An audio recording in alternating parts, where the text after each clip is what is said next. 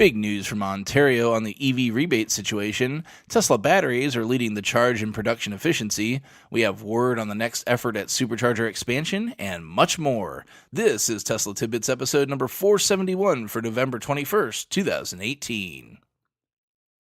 We start this show with huge news for some would-be Ontario Tesla owners. If you take a stroll back down memory lane with me, you might recall back in August that the generous $14,000 Canadian tax rebate that was available for Ontario residents was abruptly and unceremoniously cancelled, but only for Tesla owners. Other EV owners found a grace period available to them to complete the steps necessary to get the credit. Some reservation holders then canceled their orders following the cancellation of this credit. Model 3 Owners Club has obtained an email from Tesla claiming victory in this situation.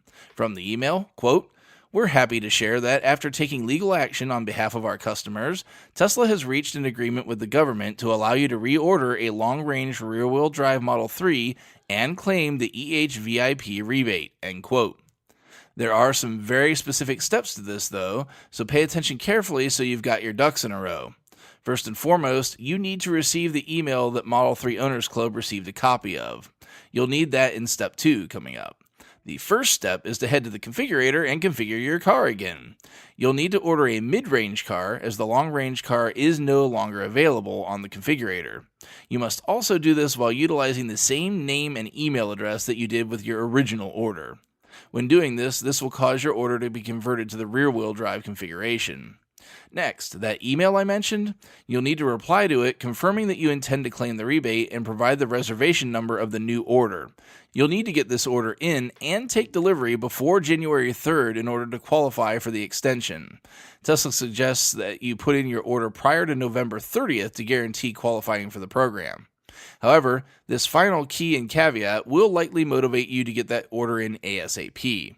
Orders will be fulfilled on a first-come, first-served basis from inventory. So if your config isn't able to be matched, Tesla will work with you to find another car similar to what you're looking for. In other words, no new custom long-range rear-wheel drive cars will be manufactured to fulfill this program. So the quicker you order, the more likely you are to get what you want. I humbly suggest at this time using the referral code given at the end of the show to put your order in. I would most appreciate it. As I've said before, I don't typically include stock-related news on this show, due in part to its extremely volatile nature, and in another part to the news being fraught with misinformation and outright lies in so many instances. However, I'm making an exception here, as this story doesn't relate specifically to the stock price, but rather a key factor in Tesla's competitive advantage over other manufacturers. Teslarati has the story where we see UBS, a financial house long known for its negative outlook on Tesla, issuing somewhat of a mea culpa regarding Tesla's battery technology. Colin Langan, UBS's analyst covering Tesla, has raised his price target for the company significantly from $190 a share to $230 a share in light of these new findings. But obviously, this is still nowhere near current prices, and the rating for Tesla from UBS is still a sell rating. The news prompting this has to do with a large study they did, comparing batteries from Tesla and Panasonic, LG, Samsung, and contemporary Amperex technology. The result of the study was that Tesla's efficiency of production was about 20% better than the next competitor, which was LG. UBS believes Tesla's batteries come in at a cost of $111 per kilowatt hour, which is a significant advantage over LG, which they estimate at $148 per kilowatt hour. Langan said regarding the new information, quote, "Contrary to our team's previous view, they now believe incumbent OEMs will be less profitable than Tesla in EV space. Tesla's cost advantage can be defended at least temporarily because other OEMs will not switch to cheaper NCA chemistry. We continue to believe that Tesla remains ahead of the pack when it comes to EV tech," end quote. With even noted negative organizations publishing positive information on Tesla, it appears the worm finally may be turning in regard to reasons to doubt Tesla fiscally any longer. We skip over to Elon's Twitter for our next story, as he provides us an update on the Supercharger network.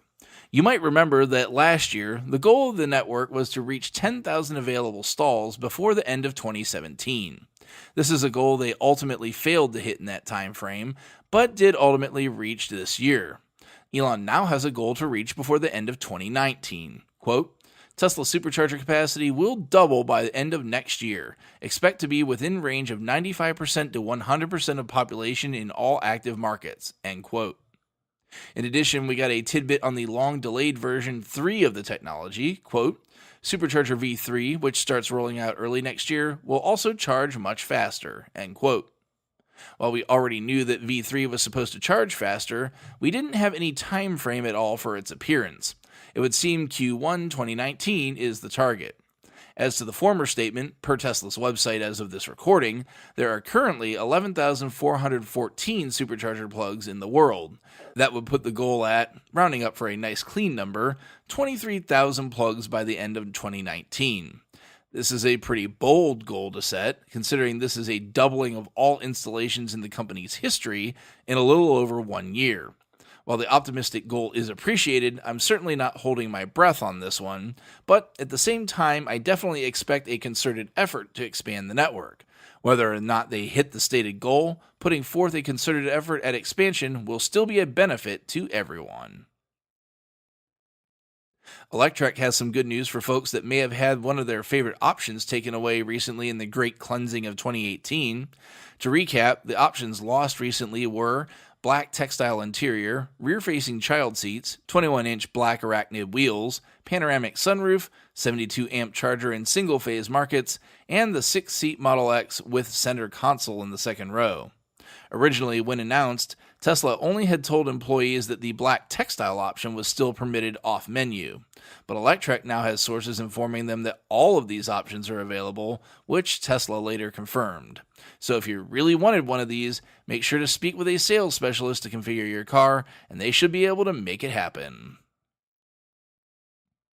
Lastly, we take a well-deserved visit to the comedy department, or maybe in this instance the Schadenfreude department would be appropriate as well. Electrek has the story of a certain German minister that isn't too thrilled with his country's EV efforts. Peter Altmaier, Minister of Economic Affairs, took the big German automakers to task while sitting on a panel discussing AI, according to Spiegel. Quote, I really wonder when you, Mr. Zech, or you, Mr. Diess, or Mr. Kruger of BMW, will be able to get an electric car build which is only half as sexy as one by Tesla. As far as the attractiveness of your e-cars is concerned, you could actually come up with some fresh ideas, end quote. Mr. Zech and Diess of Daimler and Volkswagen were actually in attendance, while Mr. Kruger was not. Thus far, no response has been given from any of the above after being completely called out on the carpet by their own government. Check out the links to the full stories in the show description. While you're at it, please consider supporting the show financially through Patreon at patreon.com/Tesla Tidbits. Thanks as always to our super patrons supporting the show at the $10 plus level. They are John Waltauer, Drew Schuyler, John Waller, Mark and Sarah Thomas, Ryan Scarborough, Lee Sweet, William Henry Crew III, Dory and Steve Guberman, Bruno Kundici, Joey Boots, Ralph and Cheryl Waterhouse, Adam Raymer Brown, Megawatt Photovoltaic Development, Todd Sullivan, Robert Healy, Mitch Long, Zortec LED Canada, Morven Ogg, Blake Thompson, Raymond and Deborah Malkowitz, T Sportline, Michael Pastroni, Travis and Cheyenne Rush, Cookie UK, Chris Hovis, Craig Murphy, and Vicky Kirk. If you're looking to purchase a Tesla, you can enjoy unlimited supercharging for your first 6 months of ownership and hook me up with some Tesla swag if you use the referral link ts.la/Jim50888 to purchase that vehicle. Of course, if you can't support with dollars, that's quite all right. Please feel free to leave a positive review, subscribe, or like the show on your platform of choice instead. If you have feedback for me, the best way to be heard is to tweet at Tesla Tidbits and use the hashtag AskTeslaTidbits if you want your question to be considered for the show. I'll see everyone back here again on Friday. Until then, keep it charged and hit the road.